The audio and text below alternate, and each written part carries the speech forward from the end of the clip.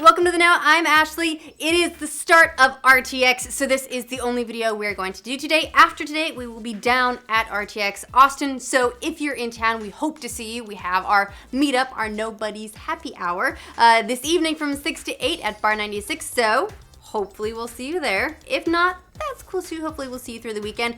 If you are not at RTX, that's fine. We are streaming it, so we'll be streaming our No panel and our Glitch Please panel on Mixer, so you can get more details about that at roosterteeth.com. But if you're here for the news, we can do that too. If you're worried that Bioware is solely focused on Anthem these days and they're not going to be doing anything else, have no fear. The developer says it is still got people working on two other big franchises, Dragon Age and Mass Effect, which is interesting. In a blog post on the Bioware site, GM Casey Hudson talked mostly about Anthem, which kind of makes sense because the developer is hard at work on their new IP. It's due out early next year, but he also added, we hear loud and clear the interest in Bioware doing more Dragon Age and Mass Effect. So rest assured that we have some teams hidden away working on some secret stuff that I think you'll really like. We're just not ready to talk about any of it for a little while.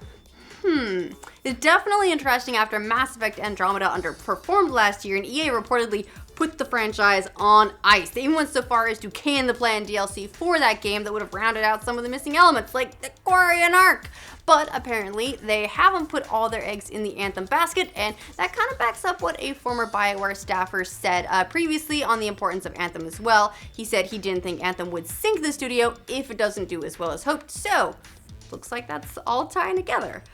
There's a dramatic new teaser trailer up for Life is Strange 2. Pretty short, it is just a teaser, it doesn't overstay its welcome, but it does set the stage for the upcoming game. It shows dashcam footage of a police officer responding to a fight in progress. The cop gets out of his car, then we hear some chatter, some backup being called. The trailer ends very abruptly after what looks like a telekinetic blast knocks the officer back and flips the patrol vehicle on its hood.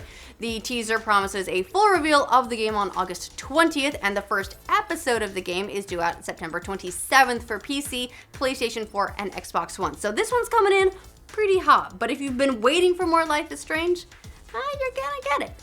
It looks like there could also be a new Def Jam game in the works. Wow, we haven't had a core game in that fighting/wrestling series since Def Jam Icon in 2007. But back in June, Def Jam's official Twitter account did tweet a mock cover of Def Jam Vendetta for PlayStation 4 and then asked, hypothetically, who would you like to see on the cover if this game made a comeback? And then, earlier this week, Def Jam asked people which city they would pick as the location of a new Def Jam fight game. So that's kind of interesting. Their choices were Atlanta, Chicago, LA, or Miami. So it kind of sounds like they've got something in the works, or at the very least in the idea stages. So hey, hardcore Def Jam fans out there, you might got something coming. Despite its plural name, Riot Games has one game that it's known for, League of Legends, but seems like that's all gonna change. According to the developer, Riot Games co-founder Mark Merrill told Variety they've been exploring different ideas for new games, but he wouldn't say what specifically they have in the works. Merrill said, "We've been working for such a long period of time on so many things," and he added that whatever they do next is going to be aimed at a specific niche of players similar to League of Legends and MOBA fans. He said, "There is no imperative that we just do things in the League of Legends universe. We need to develop games that will resonate with a particular audience and focus on the gameplay first, then the IP needs to support that game." He's also recently been teasing potential projects though, like potentially an MMO or something on Twitter. So who knows? Maybe they'll go the whole World of Warcraft route. Maybe they'll go do something completely different. We shall see. But it seems like they're doing something. The numbers are in for the debut of the Overwatch League on ESPN, and they're very okay. The highest Nielsen rating was 358,800 households, which is lower than normal for a traditional sporting event on ESPN, especially a championship, but that doesn't matter too much really. First off, trying to figure out the Nielsen rating system is kind of a fool's errand. It's really vague, it doesn't account for any kind of alternative viewing, works on kind of a polling and estimate system. TV's relied on it for years because it's kind of what TV has, but we're used to having a lot more concrete tracking for online and streaming events. In terms of the hard numbers we could actually track with certainty, Overwatch League's finals on Friday and Saturday pulled in between 150,000 to 350,000 concurrent viewers on Twitch. Regular sports channel viewers only got to see the finals, and Joe's six-pack sports fan isn't likely to understand suddenly why there are video games between his baseball games, so the numbers are actually pretty good when you take all that into consideration. Esports isn't going away anytime soon, that's for sure, but there is a ways to go before we get full channels dedicated to esports. The infamous pickup game Super Seducer is getting a sequel. Well, I know, everyone's been calling for one, saying, oh god, I wish they would just make more Super Seducer. They've heard you. You might remember the first game presented players with a number of pickup scenarios and encouraged them to try and seduce their target. You also might remember that the game made the news after its creator filed a DMCA takedown against a YouTuber who made an unflattering video review about the game. The game is still available on Steam, but it was blocked from the PlayStation Store by Sony, who wanted nothing to do with it. So it's been surrounded by less than ideal press. As for the sequel, the developer promises it will be more inclusive and will also include a female protagonist this time around. In a statement to Game Revolution, RLR Training said that Super Seducer 2 has cleaned up its act and is back to give players a new, inclusive, and well-informed experience. I'm so curious to see how this ends up. Super Seducer 2 is scheduled to release September 12th on Steam. No word yet if they'll be DMCAing any YouTubers who don't like it, but hey, based on the release cadence, they're taking the Five Nights at Freddy's approach, just like release a bunch real quick. So we'll see how it goes.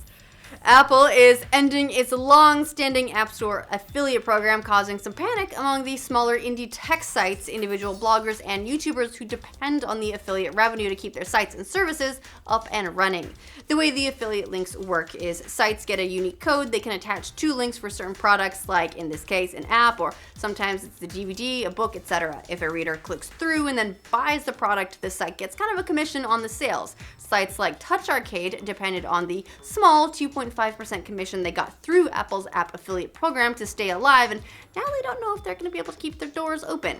Touch Arcade's Eli Hodap said in a statement that he believes this move will kill his site, which launched back in 2008 and has been covering mobile games since the very first iPhone. Apple will continue to keep their affiliate programs connected to movies, books, music, and TV purchases, but that's not a whole lot of comfort to sites that focused on the mobile apps.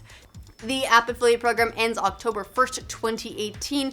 Fingers crossed for Touch Arcade. A lot of people have used them as a resources to find good apps, so this is definitely putting them in a hard spot. Sam Raimi is producing a new version of The Grudge for Sony. That's right, it's a remake of the original Japanese horror movie, a re-remake, if you will. They have the Hateful Eight's Damien Bashir attached to star, and an up-and-coming writer-director named Nicholas Pesci is also on board. The problem is, they're getting sued by the original film's producer. Taja Ichise says the contract he signed with Sony giving them the rights to the remake stipulates he get a producer credit on the film. His suit says he's being denied that credit, and the studio is in breach of contract. I don't know if this is gonna derail the impending remake. Probably not. It seems like all Sony has to do is just abide by the original terms of the contract and everyone's happy. If they really want to relaunch this franchise, they'll probably settle the suit and then move ahead with their creepy ghost kid and croaking lady ghost movie. So we'll see. If you've ever wondered why you could never find that elusive boardwalk piece in McDonald's Monopoly contest, the answer is actually very simple, and trust me, this goes somewhere relevant.